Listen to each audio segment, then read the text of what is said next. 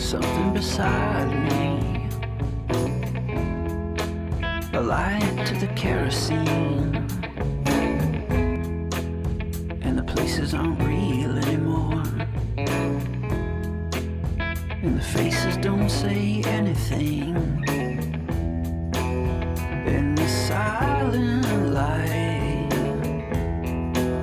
of the mind-blown sphere. It's a game, Devil's Chess Club. Devil's Chess Club.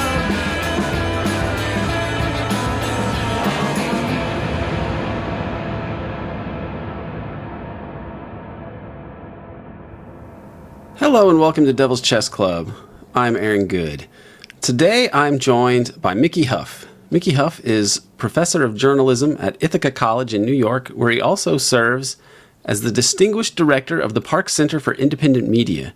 Additionally, Mickey Huff is the third director of Project Censored, founded in 1976, and he is the president of the nonprofit Media Freedom Foundation. Today, we will be talking about the new book, which Mickey co-edited, Project Censored's State of the Free Press 2025. A link to the book is in the show notes. We are unlocking this episode for everyone. Devil's Chess Club is part of the American Exception podcast. We are only able to do this work because of our paying subscribers. The tech monopoly platforms will never be our friends. If you appreciate the deep political analysis and forensic historiography that we offer, please subscribe to the American Exception podcast on Patreon. The URL is patreon.com/AmericanException. Right now at the podcast, we are well into our new Gray Alliance series, which covers the extremely important institutionalized partnership between the U.S. regime and organized crime. We trace the evolution and consolidation of American organized crime and the essential roles it has played for the U.S. empire and the oligarchs who own it.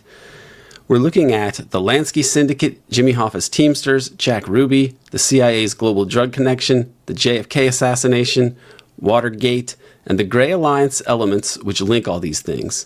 You cannot find this material anywhere else.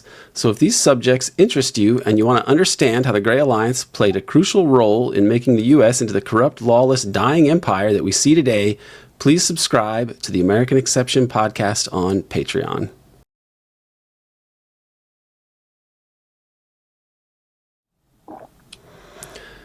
Mickey Huff, it's great to be back with you. Aaron, good. It's been too long since we've spoken. It's an honor to be on the program with you. You've been doing a really great job with this. I remember when you kicked this off, and you've certainly grown not only the content, but you've grown your audience, and you've collaborated with some fantastic people. So again, it's just great to be here with you, man. I appreciate you inviting me back. Well, it's my pleasure, and I'm happy to know that you're back on the East Coast, which is the good coast, sort of. I mean, I kind of would like to live on the West Coast if I could afford it, maybe. But it's cool that you're out here, and you've been busy, of course, very busy as ever. And what we're going to talk about today, among other things, but also the themes in this book as well, is the new Project Censored book, State of the Free Press 2025, which you have edited as the head of Project Censored. And what is in this year's book, and what are the main themes? Because this things that you cover in Project Censored, the amount of censorship in the media, sort of top-down control and manipulation of the media and journalism, this is really more important today than ever. So what's in this book? Well, Aaron, I could start by saying there's a lot of things that don't get in the book, right? Part of the editing process is you can't put everything in the book. I mean, unfortunately, there are so many things going on around the country and around the world that people need to know about that might get covered in the independent media that we don't see in the establishment press. It literally would fill books of these, on the daily.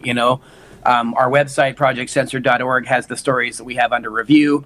If folks in your audience, I hope they do know us, but if they don't, just, really quickly, Project Censored was founded in 1976 as a media watchdog. It basically came out of the sort of the period of the Watergate the Watergate scandal and crimes of the Nixon administration, certainly something that you know quite a bit about, and you cover a lot of these kinds of things on your program. But the project started with a question. Carl Jensen, who started the communications program at Sonoma State University in Northern California, he went back and looked in 1976 at what was going on in the sort of the media ecosystem, that why did it take so long for people to learn about what was happening, the crimes of the Nixon White House, and of course, prior to that, the Johnson White House. And he thought he was a pretty news-savvy person. He paid attention to the major dailies, the newspapers. Of course, let's remember back then we had the networks, and we had public television, public broadcasting. We didn't have cable even yet, and certainly didn't have the internet and the rest of this business.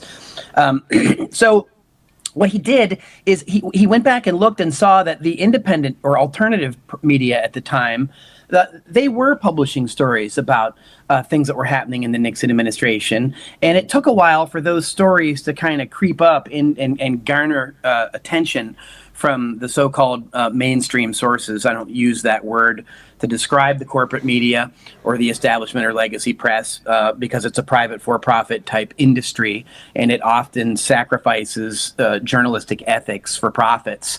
I'm sure we'll talk more about that too. But Jensen asked a really simple question. He said, why do the major outlets with all these resources and these really educated, award-winning journalists, why do they not ask questions that lead them to these kinds of stories, or how exactly did they miss these?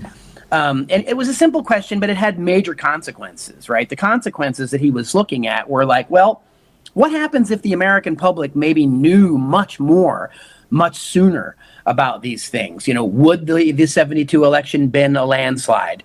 Maybe, and there are other factors involved. But I think the question is what crystallized Project Censored for him, and that's what he called it. He taught a whole class where students would go and they would look through all of these independent papers and independent media outlets and so on. He literally used to subscribe and just hand out papers to his students and magazines and all these kind of things. And they would just troll through there and they would dig for stories.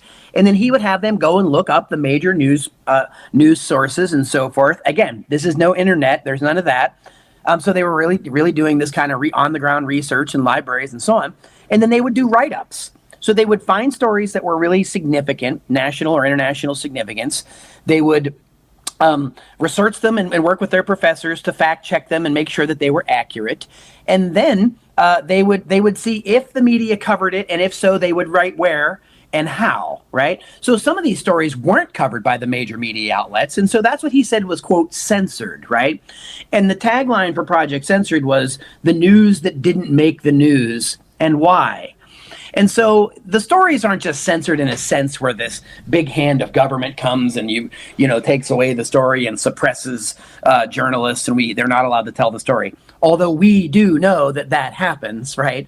Maybe we can talk more about that in a bit. But he was talking about a far more insidious and even pernicious form of censorship, and that was the ignoring of stories, the purposeful underreporting of stories, or distortion of stories. So even if the New York Times or the Washington Post or someone would cover one of these major stories that was maybe in The Nation or Mother Jones or some other dispatch somewhere, they wouldn't cover it fully. And they would cover it briefly on the back pages of the paper and never revisit it again, right? So they could basically say, we were on that, we had too many other things. So a lot of people in the major news, in the news outlets, they thought Jensen was being an unfair critic. Of course, he was a media critic. But they said, look, the things that you call censorship are news judgment, right? And Jensen said, that's interesting. I mean, you got to remember, in the 70s, he pulled together a list of very prominent journalists and scholars, people like Hugh Downs. The great Walter Cronkite was a fan of Project Censored in its early days, and I.F. Stone. Right, I'm now the director of the Park Center for Independent Media and also directing Project Censored, but I'm also at Ithaca College now teaching journalism, and we give out the Izzies every year. That was founded by Jeff Cohen from FAIR. And I.F. Stone even was a big fan of Project Censored. And so this wasn't just like a hobby for Jensen. He went and got some of the biggest names in independent journalism and the establishment press to help vet and look at stories and try to understand what was happening in the news ecosystems. So he took the news editors to task and he said, look, if you say this is about news judgment, then I'm going to start paying more and more attention to what you're actually spending time covering. And by the early 1980s, what he discovered was that they were covering a lot of sensational, trivial, sort of nonsensical things instead of the important top stories that he and his students would unearth every semester, year in, year out. And he called that junk food news. And so he really, doubled down against a lot of the major outlets and said, look, you can't, if you're claiming that this is your news judgment is very poor. And the American public shouldn't be trusting these kinds of outlets. Well, look, Aaron, let's fast forward today, where you well know the establishment news media is probably at its lowest approval rating in decades. The American public has lost most of their trust in news outlets. They engage in news snacking, where the news will just find them on social media platforms. Major media outlets, of course, are competing more and more with other social media or internet outlets and so forth, or podcasting and so forth, to try to get eyeballs so they can, maintain advertisers and profits for shareholders. So the state of the free press today, quote unquote, is actually really dismal when we look at the establishment. But when we look at the independent media, Aaron, what we see are day in and day out important stories that the major news outlets could cover, but likely don't. And so we really need to, and this is again why Project Censored isn't just a media criticism organization. We're a critical media literacy education or a news literacy organization. The way Jensen founded this project in the 1970s was designed to teach people how to be more informed and better informed, quote, consumers of news, right? We like to use those words, consumers, right? That we're taking it in. But as Jensen, suggested, is like, it's not just how much of it we're taking in, it's what's the quality of it.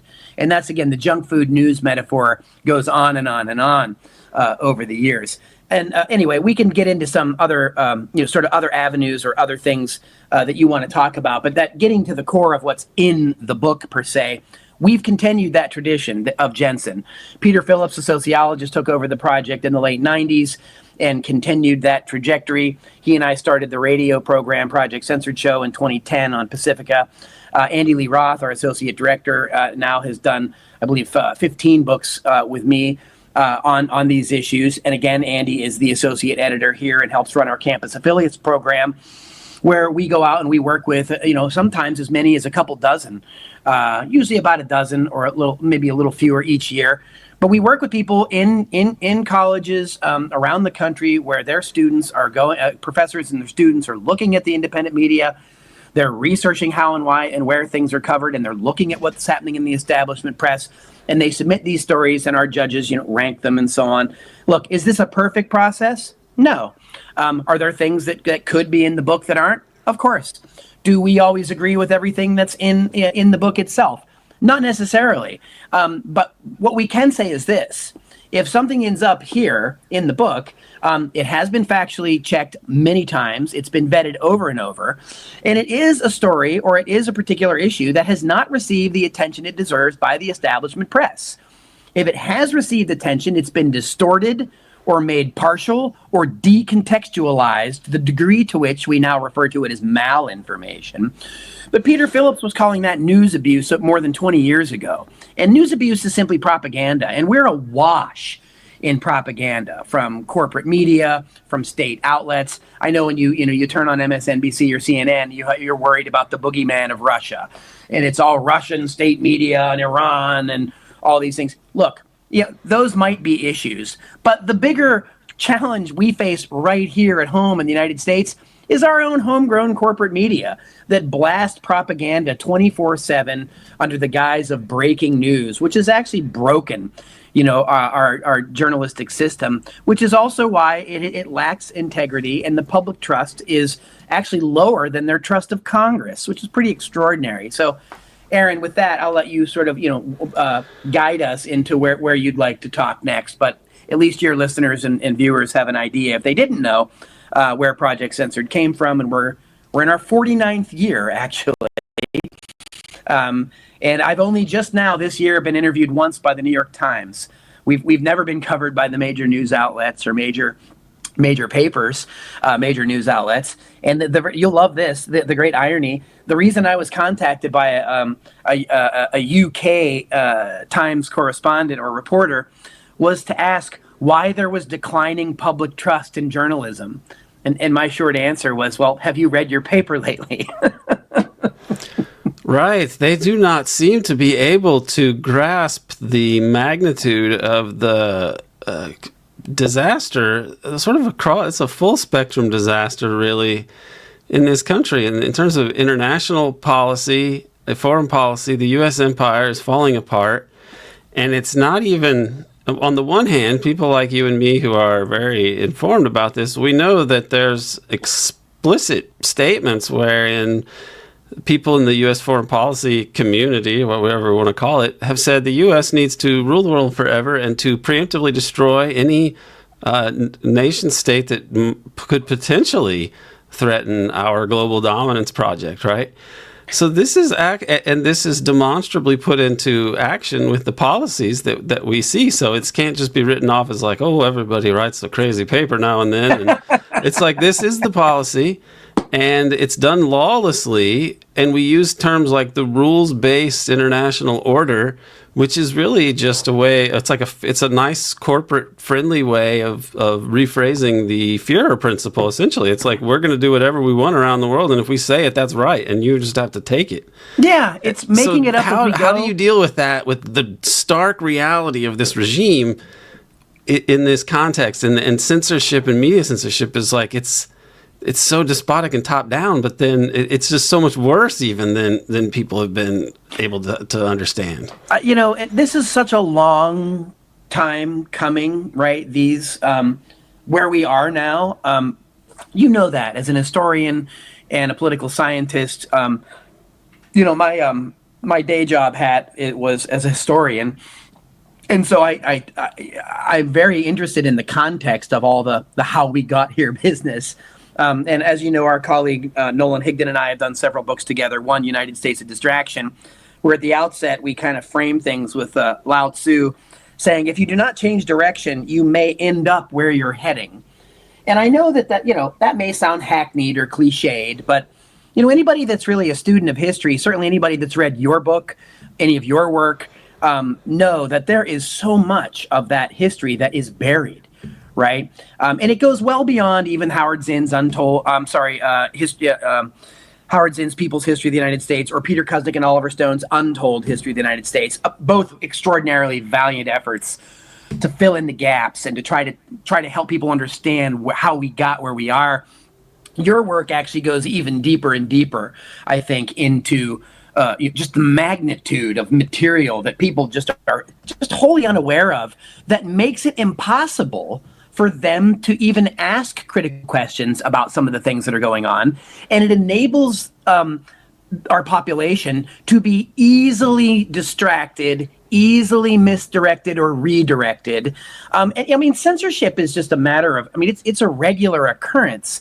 It's so regular, we don't even call it that anymore, right? Even when people are talking about how it is happening, we have fancy or euphemistic terms like curation, or losing control of the narrative, right? Which we hear people at the World Economic Forum talk about. We've heard the editors of the Wall Street Journal, talking to the people at the World Economic Forum saying, the people don't trust us anymore. We're losing control of the narrative.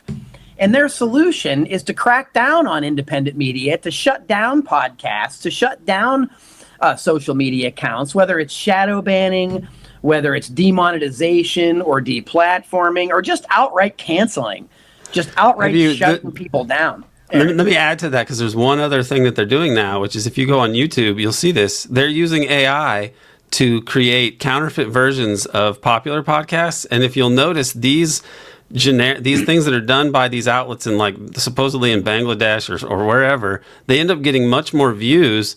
I believe that YouTube is probably boosting these algorithmically because they want to, they're an arm of the regime and they want to destroy independent media. So you see these, I don't know if you do this across the board because I don't watch that much stuff on YouTube, but I really doubt that they are able to do this with like the NBA or other things like that they don't want it done to. But you'll see this, even guys like Napolitano, who's a libertarian, right? But his stuff gets bootlegged all the time now. It's like the new thing that they're doing. It's another thing they're doing to try to kill alternative media, I think, to make it not viable. Like they're just, it goes beyond just corporate profit-seeking motives. Like I believe that there are organized efforts. And there's even a Brookings Institute paper about how can we take down podcasts is more or less the subtext of it. And the Rand Corporation several years ago, was bemoaning what they called truth decay. And interestingly, they had some criticisms of what was happening that mirrored some of our own, but for very different reasons, far more nefarious reasons, about how they, again, elite establishment institutions and individuals that inhabit them are bemoaning the fact that, the people are straying out of the fold. The reason that the corporate media, were attacking people like Joe Rogan wasn't necessarily because of whatever topics or people he's talking to per se. It's that he's got 12 or 13 million people tuning in, and at best, Fox is maybe getting a couple million. I mean, these people are just crushing him with the numbers. And we know this in media history. Here we are back to media history. If you go back far enough, Andy Lee Roth and I, we wrote about this years ago when we wrote about the War of the Worlds and how that was supposedly a big, people were duped by it and then people were jumping out of windows and freaked out that aliens were invading. We're having another version of that with the drones in New Jersey now, aren't we? That people are freaking out about this stuff. And, it turns out that, most people weren't freaked out. Most people did know that it was a fictitious story. But the legacy press at the time, the newsprint papers, they were the ones hyping it up as a big deal because radio was a medium rival. And it was our dangerous arm of propaganda. And look what they could make people believe, and on and on and on. This is the same kind of nonsense that we see happening right now with these kinds of outlets, kind of going after each other. And look, and Matt Taibbi talked about this right around the same time Nolan and I did United States of Distraction. He wrote Hate Inc. And he basically likened the what we now call Team Red, Team Blue corporate media outlets, Fox and MSNBC, whatever. You likened it to WWE. He likened it to wrestling, where basically they pretend to take each other on, but they're really trying to boost each other's audiences and different things. It really is literally a bread and circuses environment. And what you just said a few minutes ago is not some crazy crackpot conspiracy theory in a quote negative way, like the CIA would love us to believe. Oh, that's just a conspiracy theory. Those people are crazy. The kind of erudite analysis that you're getting at about Alphabet, DARPA, the military and national security industrial complex, it's very real. Alan McLeod over at Mint Press News has been writing about it for a very long time, along with many others. They've been doing a series of reports about Silicon Valley working with, through tech companies and the Israeli government to surveil and destroy Gaza and to conduct much of what they're doing in the Middle East. That information is available, right?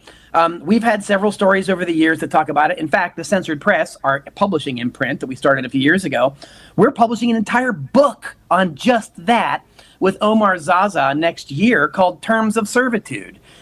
This is social science research. These are stories that are factual in nature, and they don't just show like, oh, look at that story here. And as our associate director, Andy Roth, always says, our corporate establishment media, they like to show, oh, that's going wrong. Oh, this is wrong. Oh, they show what's wrong on a daily basis, but they don't look at the bigger picture. They don't look at the context. They don't look at the trajectory. They don't ask where things come from. And they pretend like things that are happening day in and day out, like a deluge or a wave coming over us, is just inevitable. And there's very little you as an individual can do about it, right? Although they'll shame you into oblivion if you use a plastic straw because you're not doing your part.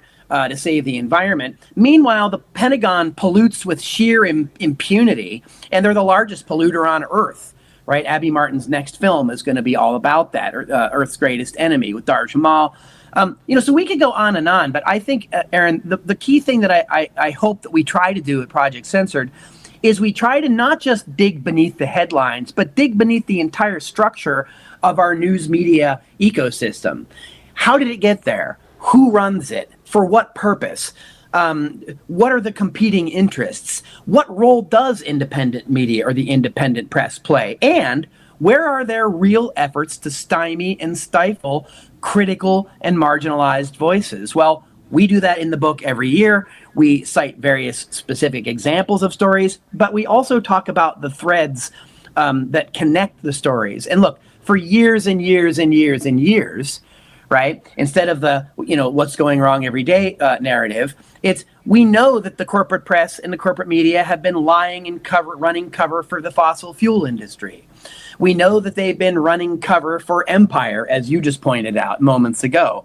The New York Times, the so-called paper of record, as we write about in the book this year, they received several Pulitzers for their reporting about Israel and Gaza and the Hamas attacks, while they were simultaneously writing some of the biggest propaganda stories and false stories about Hamas rape and so on that were debunked over and over again. So while they're simultaneously being lauded among Columbia intellectuals and like the highest, most prestigious awards in journalism, they're simultaneously breaking every code of ethic known to journalists by promoting false narratives at a time when it really shifts public opinion. It really impacts public opinion.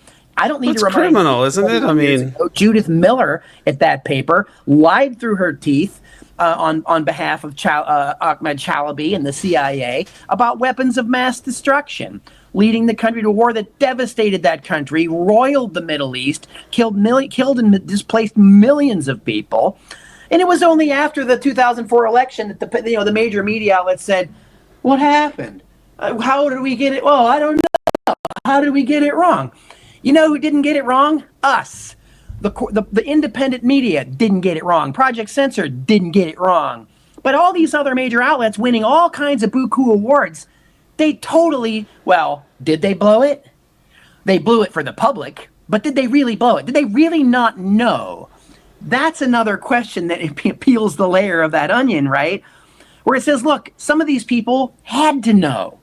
They do. Look, we know this too. Another thing we write about in the book this year, and Aaron, is that the New York Times, while they were simultaneously racking up awards, their editors were telling their own reporters that they couldn't use certain words. They couldn't use certain phrases to talk about the genocide. Oh, I'm sorry, I just said one of those words. In Gaza. It's absolutely riveting the mass kinds of contradictions that we have in these institutions. And worse, these news media outlets, they don't report about their own issues, their own problems, their own biases. And when they're criticized, they'll just both sides things to death, literally, and they'll hide behind, this shield of objectivity. We've got to be objective about what's happening over there.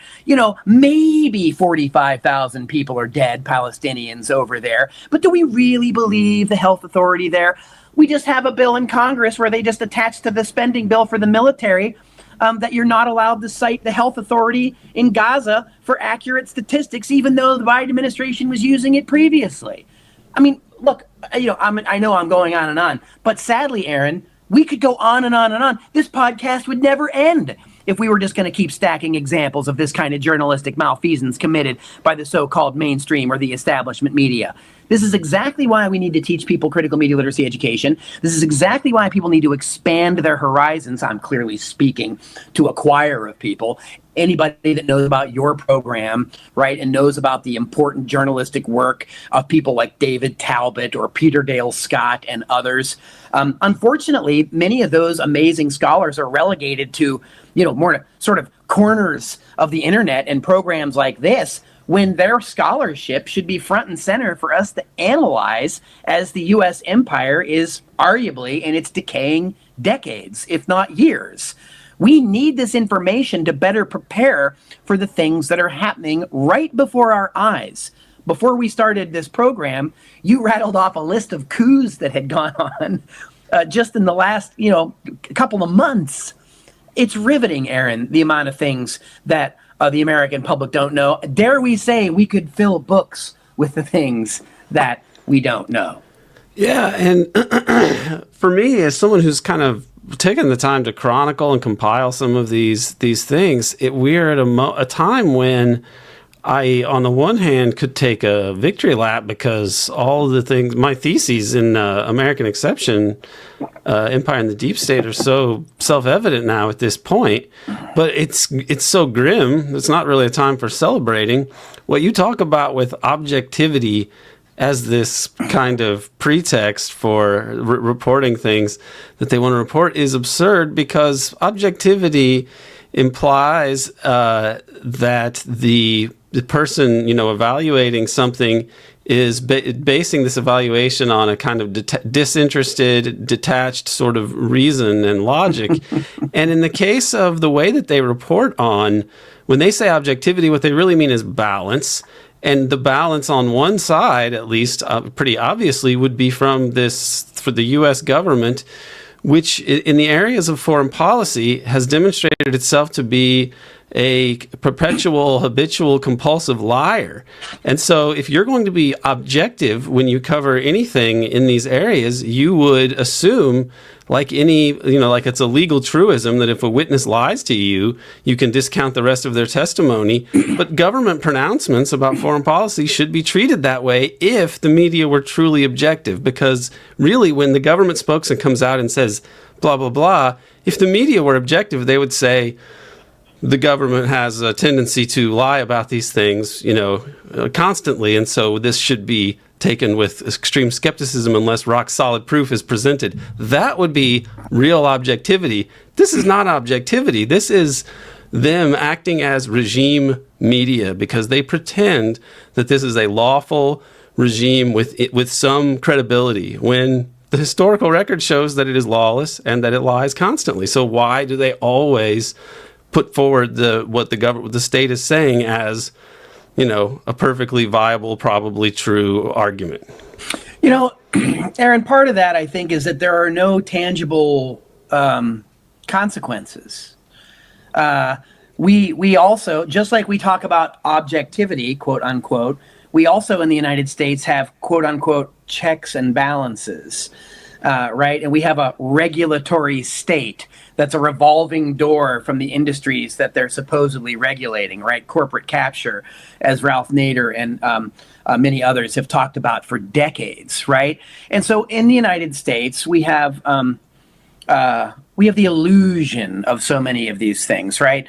Over the years, Noam Chomsky and others have talked about necessary illusions. That goes back 100 years. It goes back longer than that. It's Plato, man. Plato. Oh, no, yeah. I mean, in this, it's totally Plato, man. Yeah, we can talk about the shadows in the cave and the flickering lights, and we can riff on idiocracy and how those things have somehow connected on the plane of Beavis and Butthead. But that's kind of where we are. And if you go back in this country at least 100 years, that's what Edward Bernays, the nephew of Sigmund Freud, was talking about. That's what Walter Lippmann was talking about. That's what people like John Dewey was sort of arguing against. We need to have we don't need to have these kinds of institutions that lead people to the right conclusions. We need to have these kinds of institutions that are didactic, that do report in the public interest and tell people what's going on, so that we can meaningfully be civically engaged, and this is what it means to have a true republic, which we do not have, right? And in many cases, Aaron, as you know over and over, it's because the elites don't trust the public. They just use the public to lend credibility to their sham circus elections, to their official pronouncements. They don't even declare war anymore, Aaron, right? We've been at war almost every year since World War II in some capacity somewhere, but we haven't declared war since 1941. We rhetorically declare it on everything from teenage sex to drugs to now, of course, terrorists are everywhere. And, we're even now using the term terrorist just domestically to describe people we don't like in kind of the same ways that Trump describes news he doesn't like as fake news. So we have sort of a reality crisis, an epistemic crisis, if you will, that I think in many cases has been produced, at least in part, by design. From decades and decades of dumbing down, teaching this is education, media, cultural institutions. They've really been degraded. And they've often been degraded in the name of privatization, right? So that it's like, well, ever since the Reagan years, anything government or public is bad, right? And New Deal liberalism is bad. And that just ushered in this whole rightward push to really empower the private sector to subsume, we're now back to the corporate capture or the enclosure of the commons concept, in ways that has really destroyed any semblance of what we can call the public, right? We now have platforms owned privately by big tech that were started with Pentagon money and DARPA, money, going way back, where if you trace back to the 50s and 60s, like before we had the mighty Alphabet and Google and those things. And those institutions are designed to do specific things. One of them, might be to look up a recipe, for apple pie. But it's also to surveil, to manipulate, to data harvest, to selectively inform, to misinform, to addict. Right, the same folks that design casinos and Las Vegas type buildings and things that you can't get out of or escape are the same people that design social media platforms, or anti-social media platforms more accurately. They're very addicting and they're actually harmful. There's some countries around the world, as you know, that ban advertising to young people, that ban social media for people under certain ages because of the risk of them and the harm that they cause. So why don't we have more than 4 or 5 states that teach media literacy, Aaron? Well, I'll tell you why. It's because they'll have more critical, more informed, more self-actualized and self-empowered citizens that won't tolerate the shenanigans of a no-consequence system that pretends it's democratic and responsive to the needs of we the people, right? I mean, Anthony Blinken at Secretary of State has blatantly come out so many times and just absolutely either lied or just admitted that he doesn't care what the facts say. Now I'm sort of riffing on Herbert Walker Bush, right? When they were talking about the plane that was shot down. He said he doesn't care how it was happened or what happened. He will never apologize for the United States of America, right? You remember that infamous quote from back in the day, George Herbert Walker Bush. But that's kind of the world that we now inhabit. Not a world of one-offs, but that's every day.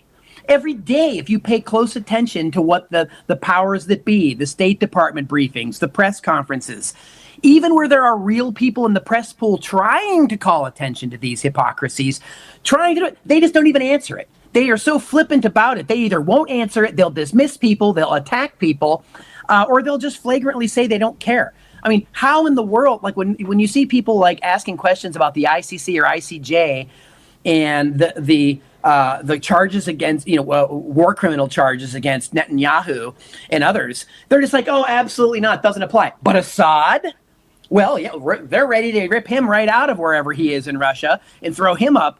And again, I'm not, I'm sure people, oh, you're an Assad apologist, you love Putin. That's sheer. Does anybody care about us? Does anybody care about Assad? Like, the people would have said that to me because I was like, this is a U.S. regime change operation, and then they would say, oh, you're an Assadist. But Assad's in Russia. They reported his plane down. If his plane would have gone down, I wouldn't have. I mean, I would have been like, well, I don't like to see people die, but I wouldn't have cared. Nobody is an Assadist that I know of that but they don't have any other. They don't have any argument, so that's what they just resort to that. It's a rhetorical trope to shut down any kind of discourse or any kind of questioning, right?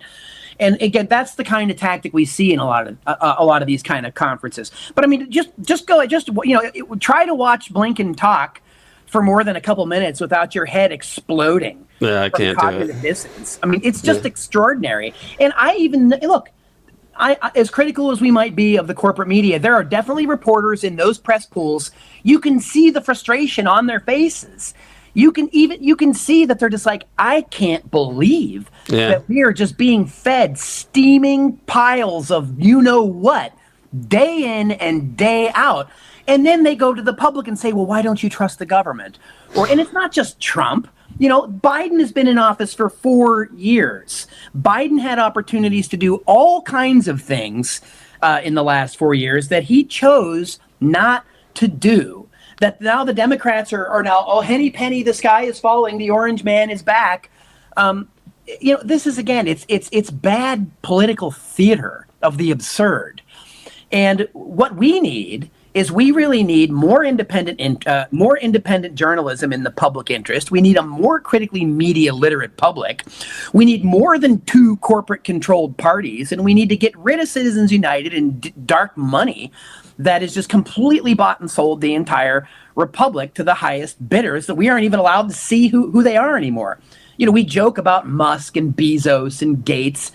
Last year's book, Andy Lee Roth and I talked about the billionaires that you don't know about that own the media, right? Yeah. It's not this cabal, like you go down the right wing rabbit hole online, and there's people that talk about Jekyll Island and the Jewish conspiracy and all this nonsense, right? It's like, no, man, these are business people. These are hedge funders. These are venture vulture capitalists, right? And they want to create news deserts. That's what they do. They buy these things up. They're zombie newspapers. They create news cemeteries. They don't care about the public interest. They don't care about informing people accurately about what's going on, least of all about their own criminal activities, as Peter Phillips documented both in Giants, the global power elite, and his most recent book, Titans, right? That actually goes and looks at who these wealthiest people are, the interlocking directorates, how they influence government, how they often are in and out revolving of boards of positions in government. So we do know that there are many, many forces afoot that would rather us be left in the dark. That's why it's so comical that newspapers like the Washington Post, owned by Jeff Bezos, who has CIA cloud contracts, owns Amazon, Whole Foods, right, all this other business that he bought up. The idea that democracy dies in darkness is hilarious, the motto of their paper, because in many cases it's these billionaires that buy up these news outlets and then they turn out the lights. Yeah. I mean, you hear all sorts of Washington... You'll hear Washington insiders say that the Washington Post was understood to be the mouthpiece of the CIA. I mean, so the democracy dies in darkness coming from the CIA's official newspaper. Yeah. That's a perfect sort of synecdoche for how insane this system is. And it's ironic or somehow revealing or important that Project Censored was founded in the wake of Watergate, around the time... And the Church Committee. Around the time that you had the Trilateral Commission writing about the crisis of democracy, and the Powell memo, which is even further to the right, because the crisis of democracy and Rockefeller, that's who took over the Democrats, and that represents the left side of the establishment. And they were essentially saying what you were alluding to, which is that the public is uppity. They were complaining too much. We need to kind of find ways to manage them so we can manage this system better. It works better that way. So they're making those kind of arguments. And really, it kicks off a period that we could say kind of officially or spectacularly or ceremoniously begins with the Reagan Revolution. Yes. It was kind of brewing before then. And ever since then, so the entire tenure, it's like Project Censored and where it was when it was founded, has kind of fought a losing battle against all of these forces, but it's not as if they could take down basically all the money in the world organized against what they were advocating for. So this aspect of it is wild, because they were writing in the 70s that like people were too comfortable. We need to sort of put the screws to them so that the young people won't revolt. They won't bite the hand that feeds them. And that's what they've done with super expensive health care that's tied to your employer, rent that's out of control, education, student loans that are too expensive. Real estate. Yes, of course. And what I see happening now is that we're really in a conundrum, because some of the exorbitant privilege of the dollarized world that really allowed us to kind of have stupid policies that didn't make sense from a civilizational perspective, but they made sense for a hegemonic or imperialist perspective, like to kind of stupefy your own population and make them more precarious so that they won't interfere with you running the world. Well, the problem is now if we're going to try to compete with China, how are we going to do that with a population that is kind of sick and unhealthy? I think that this is one case. This is the one issue where I actually do agree with RFK Jr., who I understand is essentially an Israeli thrall. But like on the issue of pharma corruption and so on, I do believe that we're very unhealthy because of corporate corruption, but also stupefied politically and epistemologically about the whole world. And so how are we going to compete with a country when our entire regime has dedicated itself to basically gimping the whole population in different ways, psychologically, developmentally, socially, culturally?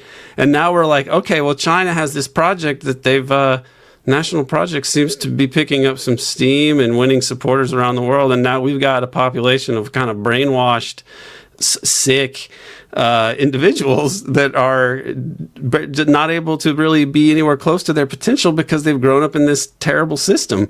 Like, is there going to be do you think that there's a chance that the people at the top might actually say, you know what, we actually went too far in creating this kind of system of top-down management, and now we've got to dial it back somehow? Or do you think that they're just going to try crazier and crazier things to keep the status quo? It's like if things are going to stay the same, they're going to have to change a lot, right? Is that the thinking? Or where is this headed? Because we seem to be at an inflection point.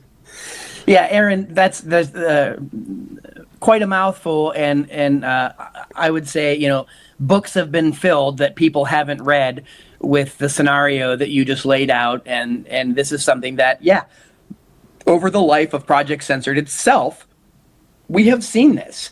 If you go back and look at the underreported or censored news stories for the last 49 years, those are the stories that they tell. Those are the canaries in the coal mine in the independent media world that at every signpost were saying, watch out, watch out.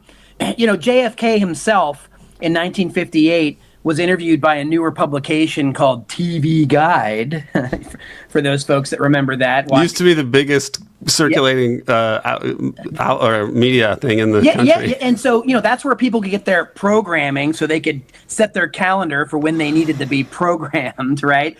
But he was interviewed in it, and he was talking about the medium of television as being this amazing thing. But if it falls into the wrong hands, it could be used to manipulate the public and dumb people down and manipulate. It falls into capitalist hands. Well, and of course, he then used TV to help, win the White House in the 1960 election, the close election with Nixon. And then, of course, the historian Daniel Boorstin bemoaned the fact that in the very early 1960s, that we were a society governed by pseudo events and what he called the image, right? And that media, and particularly the medium of television, was perfect for creating events that sort of framed reality in a way that was close enough, but not exact, that more and more people would kind of consume it, be enthralled by it, be modeled by it, and this is an historian talking, right, about the popular culture in the early 1960s. And he said, look, we're already, on a fast track to disaster. And that's right around the time Marshall McLuhan started warning us about the negative effects of media and propaganda. And then, of course, in the 70s with the Powell memo, you mentioned, Lewis Powell, that's again where the elites were that was their freak out, right? That was a deep state manifesto. That was essentially them saying the democracy is not working. We need top-down oligarchy. And it's Chamber of Commerce stuff. It's like exactly. The powers that be in Capitol were saying we can't have these uppity free speech anti-war things going on. Who do these students think they are? Right. And again, you talked about that, ushering in that kind of dichotomy of a system that moves way to the right of the spectrum. But within it, it has its own quasi-liberal, kind of factions that we see through Carter. I mean, again, it's laughable in some ways. Let me interject here. In my dissertation, I actually cite a Project Censored story from, I guess it was 1976 or 77, or what year was it founded? What year? 76. Okay, so it was from probably that year or the year or 79, but the story was that one of the top, it was either the top or one of the top censored stories was how the Rockefeller links to Jimmy Carter, basically. This was that the media just did not put forward the trilateral Rockefeller explanation and explain it in any sort of way, so the public did not understand what was happening. But that represents a turning point for the Democratic Party, because the Rockefeller family had just been kicked out of the Republican Party. They went from being vice president, and then they dropped them from the ticket in 1976, but the 1976 Democrat is now a Rockefeller. So it's like, well, then what happened to the old, basically corrupt, kind of mobbed up, labor-friendly Democrats, and they get taken over by Rockefeller Republicans? So the story you're talking about, Aaron, and I just want to revisit it briefly, was actually the number one story for the top censored news stories in 1976, and it was renominated the following year, Jimmy Carter and the Trilateral Commission, because it was so significant and important that it was like, hey, are we paying attention? And, interestingly enough, let me point this out, and people can criticize us for this. The story was written about in Penthouse magazine, right? And by the way, that's actually later on where Carl coins the term junk food news. It's in these, smut peddling sort of, weird sort of like misogynistic publications where they have this tiny little free speech corner where people talk about serious things for a minute. But then they don't make the major newspapers, right? They're like buried, quite literally. Well, and who wants to cite them in conversation and say, like, you'll never believe what I just read in Penthouse? I just read the articles, Aaron, right? So goes the long-running joke, right? But it's not funny, because when those important historically contextual stories are relegated to the butt of jokes, and they're published in obscure places or places where people aren't looking for them, then it really makes people like us, when we talk about this, sound like loonies. People say, like, oh, it sounds like a big conspiracy theory. Look, there's so much garbage and nonsense that has been, that really is like negative, false conspiracy, that it's poisoned the well significantly enough that we no longer have any real ability to talk about real ones, real conspiratorial crimes. In fact, some of these things happen right out in the open, where we had people like Blinken and Mitt Romney talking about the real reason why they were going to ban TikTok last summer. They just said it out loud. They're like, well, it's owned by ByteDance, a Chinese company. We can't really control the content. And now we're back to the Powell memo. Look at all these uppity kids on these college campuses getting all social justice-y about Gaza. Like, look at all these kids putting their 4 years of critical thinking and history and learning to work by saying, why are you not blowing the whistle on what's happening over here? And so once again, young people are in many ways being victimized by what we're teaching them to grow up and be responsible. Don't you remember, aren't we all, we're being accused by the right of being a bunch of woker dopers, right?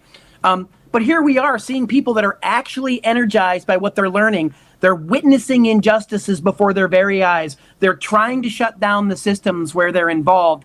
And then they get brutally attacked by the police state. They get kicked out of their colleges. They get their careers ruined before they begin, right?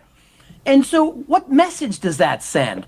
And again, you have people at the higher levels of government openly saying that the reason, and we talk about this in the book this year, that the reason that they're going after TikTok is because they can't control it. Yeah.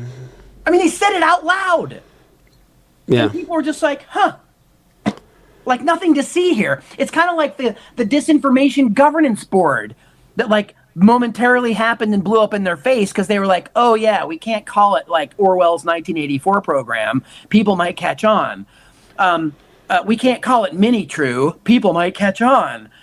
I mean, they do all this stuff anyway, like, and I don't want to be cynical about this, but it's important to transform that kind of thing that can turn into cynicism into a way that we can point to people and say, look, this is a lot of difficult information. There's a lot of it going back decades. And I always tell people, like, if you want a real alternative kind of history according to the independent media, go read the archives at projectcensored.org. Just go leaf through the we have over 1,000 stories now dating back to 1976 that have been vetted and fact-checked and researched over and over that are things the American public really need to know about, but often don't. We have a whole chapter in the book every year, Aaron, called Deja Vu, that looks at previously underreported or censored stories and says, anybody ever find out about this one? Anybody look and see what this is about? There's too much of that you can't even do that now. I mean, there are so many crazy things that are that have been memory hold. I mean, let me give you one example. The Skripal poisoning in the UK. That is so dubious, and you're the first person I've heard mention it in ages. People forget about it, but that story makes no sense whatsoever, and it seems to have been a crime committed by the British government. The guy was trying to leave to go back to Russia, so they send these two dipshits to poison him, supposedly, and he's happy. But then they're discovered after being poisoned by the head of the bioweapons porting down thing. It's like an officer there, that discovers them just randomly. It's so absurd, and yet nobody. It's like 100 on the list of dubious things that people are thinking about these days. There's just a couple other things that I would, because I know we're gonna have to wrap up at the hour.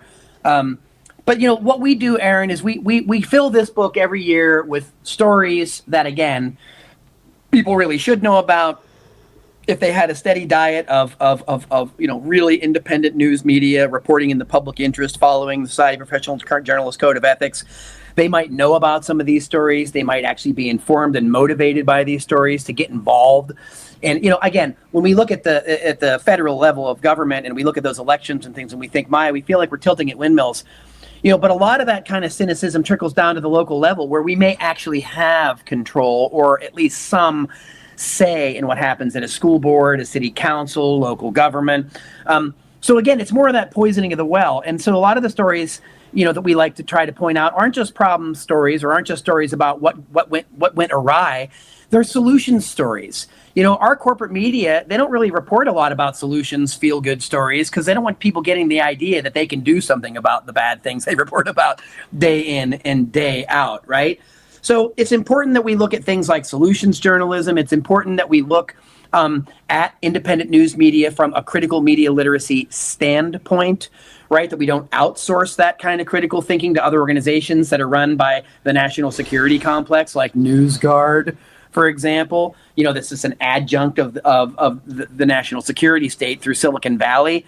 Again, these stories may sound outlandish to people that have a steady diet of corporate media, but these are factual stories that have been transparently sourced and published in independent outlets.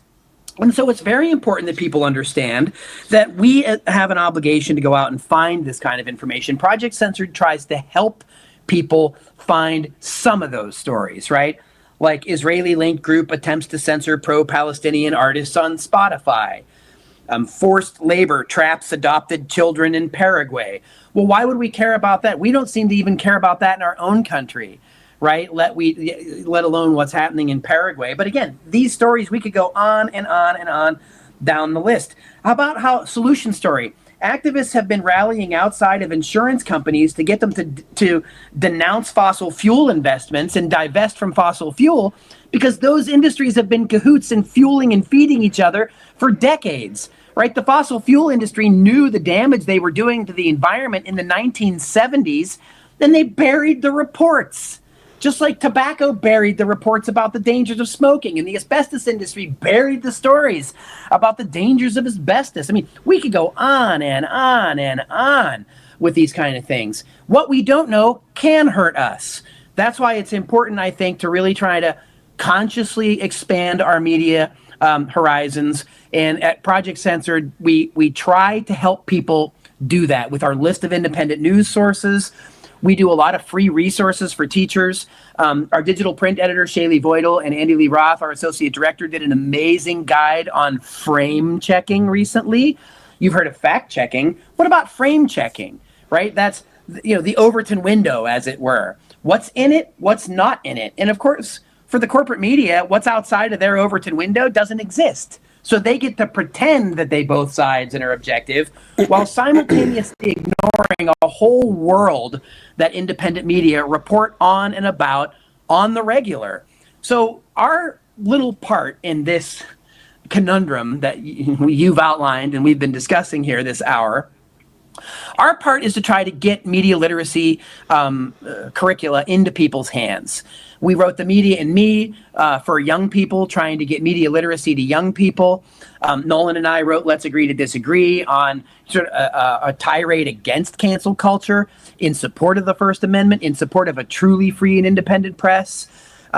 We make our efforts. And since I've come to the Park Center for Independent Media, I'm continuing those efforts to honor independent media outlets, to work with Project Look Sharp here, which is a great media literacy organization. You know, I'm talking about media literacy a lot here over and over and over again. And look, let's not pretend all media literacy is equal either. There's corporate co-opted media literacy that says, well, NewsGuard will tell us what the news is. Well, that's not media literacy. That's outsourcing. What we want to do is teach people critical thinking skills so that they can be in the driver's seat of their own mind and they can make the decisions and they can understand what's happening. That requires discipline. It requires learning many things about our society. It involves, how about instead of the deep infatuation in our higher educational system with STEM and STEAM, right? STEM fields. What we need is MESH. Media, right, which is media literacy, ethics, social sciences, and history. We need that with STEM. You know, so we've got to improve those disciplines going out and too. Making nuclear bombs, but if they don't have mesh education, they'll be too dumb and think that they're supposed to use them. Right. Let me give you one last question here about this, and it's a conundrum, and I think it'll be a challenge for you to come up with a good, short, succinct answer here in the time that we have. I'm looking at Syria and not the supposedly corporate media. I'm looking at the way that the alternative media basically censored the story of the U.S. regime change operation in Syria for more than a decade. I'm talking about places like Jacobin, places like Democracy Now!, The Nation magazine, and they're supposedly independent media, but they are foundation funded. And they do have people that they answer to. The piper is being paid somehow because they have salaried employees. So how do we conceptualize the failures even of the independent media when you have a substantial portion of what passes for the left in the U.S. basically falling for outlets that correspond to CIA operations in terms of, hey, let's create a left that's like not going to be adversarial to like imperialism as much as we possibly can. So this is a diabolical thing because we basically have handed over a crucial ally to the resistance to Israel, right? I mean, Syria was a key point there. They were the one Arab state that was against the Zionist project, and now they've been destroyed. Surprise, surprise. But like it's being depicted in the so-called left, media, as being this liberation and this progressive thing when it's actually run by Al Qaeda now. Yeah, you can't even make that part of it up. It's that which is not funny but hilarious in another way. So I'm not going to be able to just give you a great answer in the minute we have left. But I will say that if you take a look at some of the stories that we were covering at Project Censored going back 10 years about those very topics, you'll see we took a lot of flack for some of that stuff because it did go against what some of the people in the independent press were covering. But look, again, we don't reserve our criticism for only the corporate media. We have been critical of many outlets, whether they're left or right in the independent sphere, when we think they're failing to report it factually on the basis of what's known in the public interest. And we've written about how, and look, and the other thing is this, and while I will concur that there are definitely stories where these are issues in the independent press, we have a very, very, you mentioned conundrum many times. So there is now a bill in Congress, H.R. 9495, that will give the Secretary of the Treasury unilateral authority to defund nonprofits by revoking their 501c3 status by decree with no evidence and no ability to appeal. The short list of groups that are on that are mostly reporting about Gaza and what's happening with the Palestinians. It won't be long before that list then would expand to other issues and other topics. And unfortunately, Aaron, in this context, many of the independent media outlets that we talk about, Project Censored itself is a nonprofit under the Media Freedom Foundation. And so let's remember that this is coming through Congress during the Biden administration with 15 Democrats voting for it. Handing this over to somebody like Trump, who's already said he wants to jail journalists. He wants to jail enemies. He wants to go after people. I mean, again, how people think that he is somehow this reform candidate that's going to save people from corruption.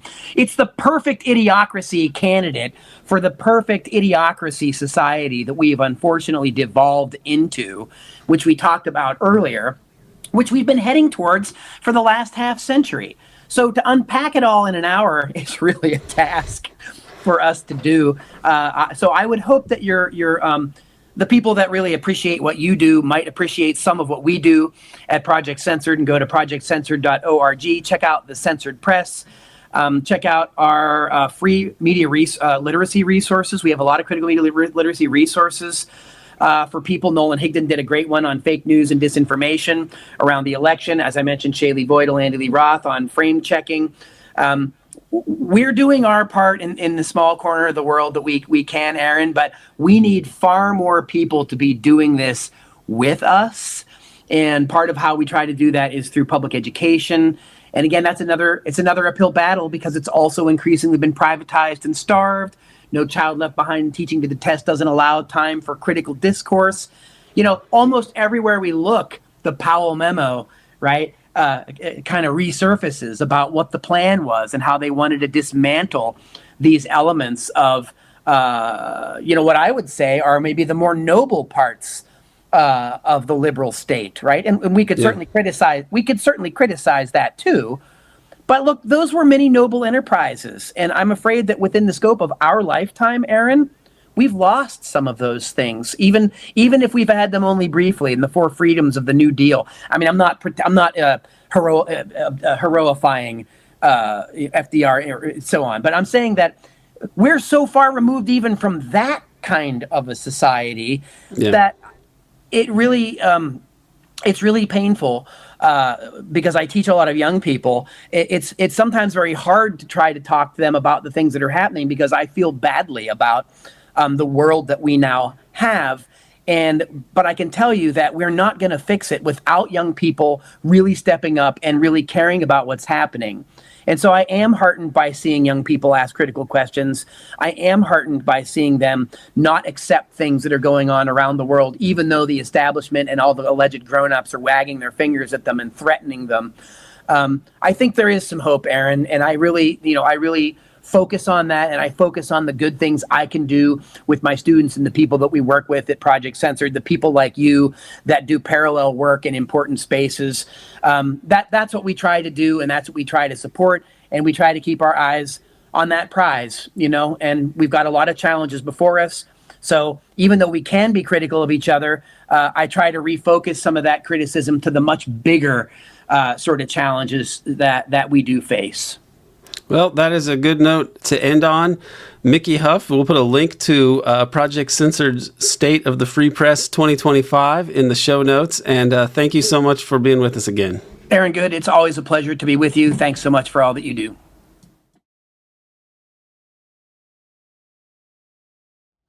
As I said in the intro, we made this episode available to everyone to help promote Project Censored's State of the Free Press 2025, co-edited by my good friend, Professor Mickey Huff. A link to the book is in the show notes. Please do subscribe to the American Exception podcast on Patreon for the best coverage and analysis of the deep politics of the U.S. empire. Our new series on the Lansky Syndicate, CIA, Mossad threads running through the JFK assassination, Watergate, and beyond is called The Gray Alliance, and it's running right now. The URL is patreon.com/American Exception. It's also in the show notes. If you can afford it, please subscribe. Thanks to Dana Chavarria for producing this episode, and thank you for tuning in. It was great for me to get to talk to Mickey Huff again. I'm happy to know that there are a number of righteous academics with integrity left in the U.S. And I'm also happy knowing that Project Censored is still out there doing important work. It's ironic, but also illuminating to understand that Project Censored was established in a moment of optimism following Watergate. The way that Watergate unfolded opened people's eyes to the corruption of our political system. However, the weight of evidence now supports the conclusion that Watergate was, most significantly, a rolling right-wing coup carried out by the media via its connections to various deep state actors and entities. The real outcome of Watergate reveals it not so much as a triumph of the investigative free press in a liberal society, but as another deep state veto of American democracy, such as it was. As for the legacy of the right-wing authors of the Watergate coup, their monument is all around us. In a sense, their monument is the current geopolitical devil's chessboard itself.